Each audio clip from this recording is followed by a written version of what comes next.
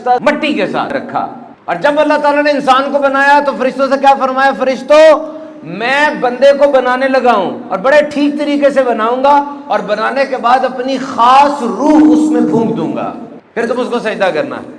ताल्लुक देखें, मछली और पानी का ताल्लुक क्या है? मछली को पानी से निकाल दे, मछली मर जाएगी।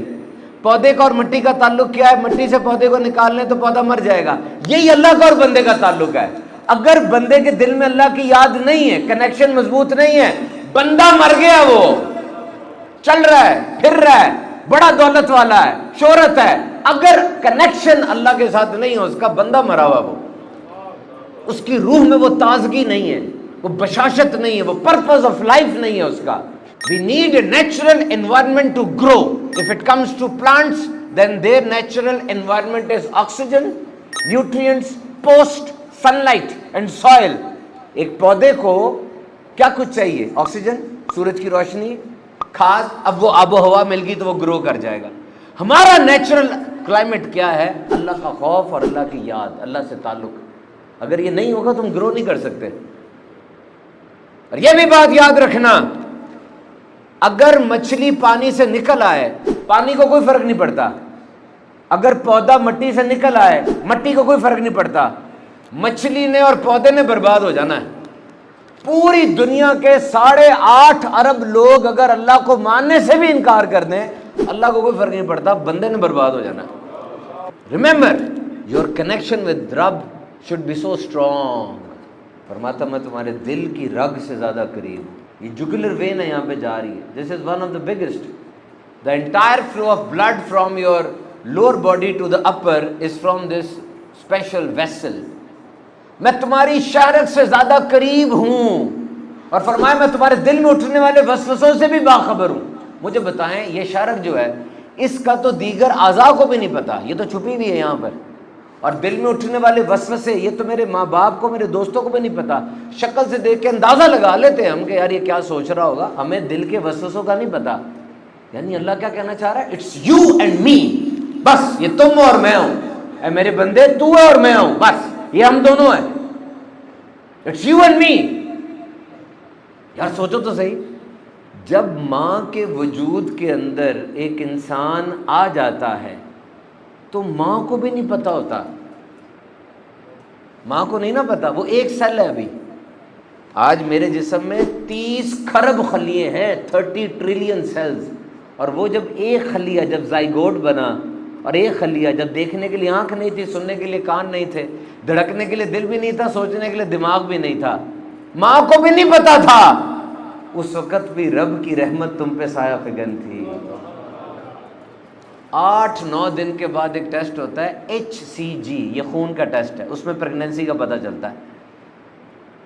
और 10 से 12 दिन में खून पेशाब में, यूरिन के अंदर प्रेगनेंसी आती है। अब माँ को पता चलता है कि मेरे अंदर बच्चा आ गया। वैसे आम तौर पे 4 हफ्ते बाद पता चलता है, जब पहले पीरियड मिस होते हैं तो 4 हफ्ते बाद पता चला उसको, लेकिन अंदर तो हो गया हुआ काम, शुरू हो गया हुआ ना। तुम्हें कुछ भी बनाना है, तुम्हें लाइट चाहिए होती है, चाहे सुई बनानी है, चाहे बोइंग 747 बड़ा जहाज बनाना है। और वो रब माँ के पेट में अंधेरों के अंदर सूरतें बनाता है, किसी को नहीं पता अभी, और वो काम शुरू हो गया है। 3 से 4 हफ्ते में दिमाग, दिल और रीढ़ की हड्डी बनना शुरू हो गई, और 5 से 6 हफ्ते में दिल की धड़कन आना शुरू हो गई। 18 से 24 हफ्ते में बच्चे ने सुनना शुरू कर दिया। अब वो माँ के पेट में, माँ के पेट की गुड़गुड़ाहट, उसके दिल की धड़कन, उसके सांस की आवाज़ें सुन रहा है। और तकरीबन 26 से 30 हफ्ते में उसने देखना शुरू कर दिया। माँ के पेट पे जो लाइट पड़ रही है, जो लाइट पे जाती है, उसकी आंखें चुंधिया जाती हैं। और 17 हफ्ते में उस बच्चे के हाथ के निशान बनना शुरू हो गए। डेक्टाइलोस्कोपी कहते हैं इसको, सिग्नेचर है। पेट के अंदर उसके ऐसे निशान बन रहे हैं कि पूरी दुनिया में ऐसा कोई कॉपी निशान नहीं है। और 4 से 5 माह में उसका गोश्त बन रहा है, और उसके पट्टे बन रहे हैं, और उसकी हड्डियां बन रही हैं। अब जाके माँ बाप को थोड़ी मोहब्बत होना शुरू होती है कि यार कोई बच्चा आ गया हमारा, और देखा भी नहीं है। लेकिन मुझे बताओ, ये किस मुसव्विर की काम है, किस मुसव्विर की कारीगरी है, और किस कादर मुतलक का शाहकार तैयार हो रहा है। अल्लाह की रहमत वहां भी है। फिर 40 हफ्ते गुजर गए, वो बच्चा दुनिया में आया, माँ ने उसको चिमट लिया, मेरा बेटा, बाप ने चिमट लिया, मेरा बेटा। अब वो बच्चा बड़ा हो रहा है, उसकी आंखें दुनिया देख रही हैं, वो दुनिया से लुत्फानंदोज हो रहा है, खाने खा रहा है और वो चल रहा है। अब बात बढ़ना शुरू हो गई, अब दोस्त बन गए, अब वो स्कूल आ गया, अब कॉलेज आ गया।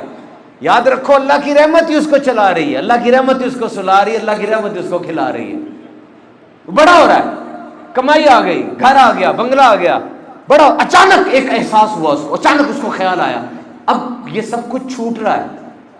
आ रहा था ना पहले, अब छूटना शुरू हो गया है। क्या हुआ ये?